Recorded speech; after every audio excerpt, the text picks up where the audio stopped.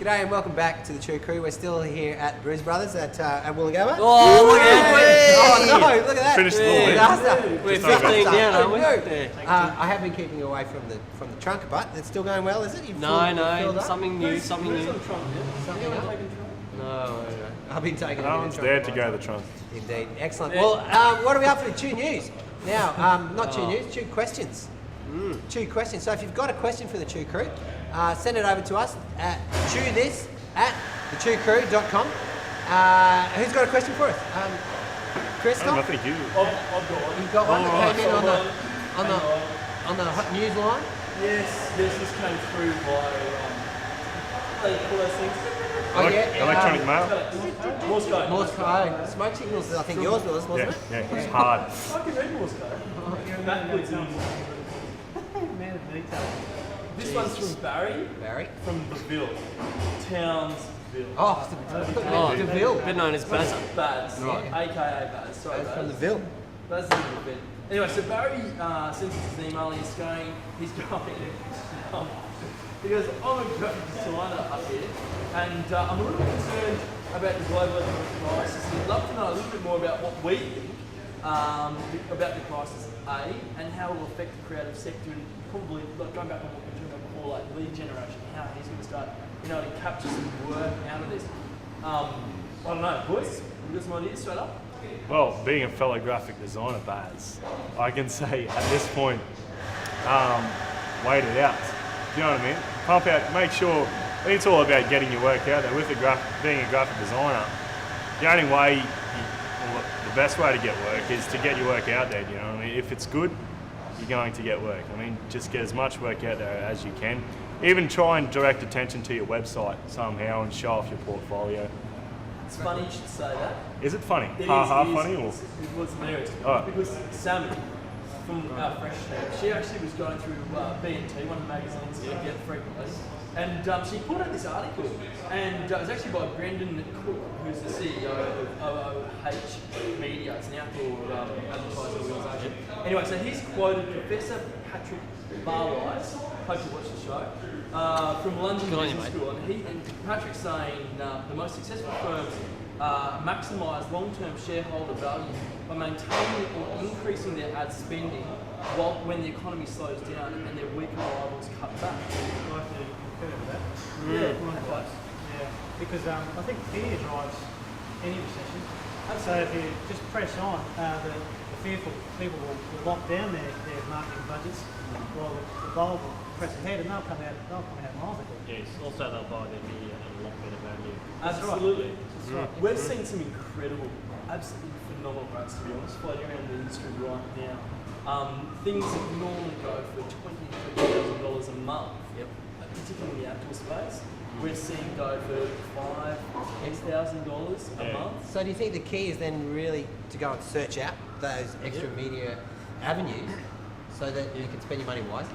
Oh, I think it is, but it's also networking yourself with the organisations that are and have got the opportunity to be able to buy at the discounted rates at the moment. So how does this apply to Barry, but a standalone? And he's also in the creative sector, so I think Chris kind of stuck it up pretty well with him. He's saying that Barry should just get his work out. He should get Get his he needs to get his work out. I mean, he's got the advantage in that he creates the ads and artwork himself. All he has to pay for is the media, basically. And so you can do that through blogs, you can do it through websites, you can do it through networking and marketing and get your people out there. Exactly. And I think with when there is a recession or a low period, people start to think of new ways of getting out there and new marketing ideas. So it actually enhances the next development stage. And following on from the B&T article, there was another article about a lot of companies looking to the web and mobile because they don't have the budgets for, say, TV. So there's different avenues out there. Yeah, exactly. Yep. It's going to be interesting, like exactly right. The amount of organisations that invest in kind of R&D and new ways of being able to get the messages out there over the next 3 to 6 months or longer, 12 months. So I think it'll be fantastic. Yeah. Right, Barry, we hope that helps you out, mate. We've got another question there, Chris. I sure do. Lay it on. We've got Virginia from Toowoomba. Oh, lovely. Hey, Virginia. Hello, Virginia. She's looking at kicking off a small PR business.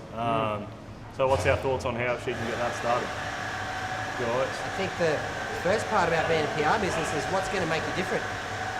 You've got to stand out from the crowd a little bit. So Virginia, you've got to have a look at who else is trading up there in Toowoomba, if that's where you're going to trade, and say what's going to attract people to you. So do your market research and identify how you're going to stand out from the crowd. Even if you try and focus on a particular market, just like you have, Adam, with the Gen Y market. I mean, she can try and focus on a particular market. It's even harder with PR. It's fairly niche or kind of sectioned towards design and fashion and music, whatever it might be. So it's a little bit harder in that space. But yeah, no, you're exactly right. I mean, if you can find your niche and really honing on that, I mean, it's worked for us. It's worked exceptionally well. So I don't know. I mean, that's certainly something. But also, like, getting involved in like professional organisations which engage in the business growth. There's things like BNI out there. You know, there's leads clubs, word of mouth platforms. You run what? That's one of your clients, isn't it? Yeah, word of mouth forums. It's an online site. It's more from your customers' point of view. They like reviews and news, but it's all word of mouth, and it's pretty powerful. Excellent. All right, well, Virginia, I think the key to that is making sure that you're doing stuff differently and that you're going to stand out from the crowd. It's not so much your product that's different, it's you that's different and how you're going to attract clients to you. So thank you guys for another great episode of Chew Creek. Next month, we've got Roy from Womp, who's going to be joining us to tell us a little bit about how word of mouth marketing and his forum that they've built and design works online. So if you've got some questions for the crew, the Chew crew, To chew on. to chew on, Yep. That's the trunk talking. that's the trunk talking, indeed. Hit us up at the website, chewcrew.com, or if you've got some questions, send them over to chewthis@chewcrew.com. So thanks to Mike. Hey, Mike from the Brews Brothers. Because you have to remember, Mike's beer's got no preservatives and no chemicals, so much smaller. There's a plug. There is a hangover. plug. There is And it still does the job. and it still does the job. Ripper. So we'll see you next month. Cheers. See you guys. Thank you.